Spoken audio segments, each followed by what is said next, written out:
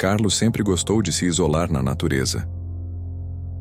Acampar sozinho era seu ritual de fuga do mundo caótico. Naquela noite, ele escolheu um ponto afastado, no meio de uma floresta densa, longe de qualquer cidade ou pessoa. O céu estava limpo e as estrelas brilhavam como nunca. Depois de montar a barraca, ele acendeu uma fogueira e ficou ali, ouvindo o som dos grilos e do vento soprando pelas árvores. De repente, tudo ficou em silêncio.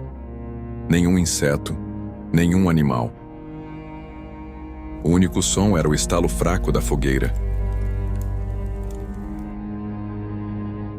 Então, veio a luz. Uma esfera brilhante aparece no céu, pulsando em tons azulados e esverdeados. Ele tentou se mover, mas algo o impedia, como se fosse pressionado contra o chão. A luz ficou mais forte, e de repente ele não estava mais ali. Carlos sentiu um frio cortante. Não havia mais floresta, nem fogueira, apenas o vazio e vozes ecoando em sua mente. Ele não está pronto. Ainda não. De repente, um flash de luz forte. Como em um piscar de olhos, ele está de volta ao acampamento.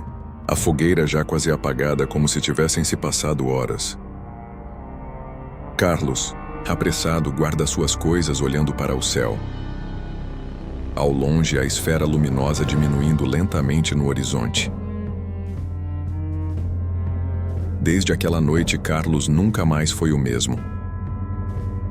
Às vezes, no meio da madrugada, ele acorda ouvindo um som que não deveria estar. Um sussurro dentro da sua cabeça sempre repetindo a mesma coisa. Ainda não.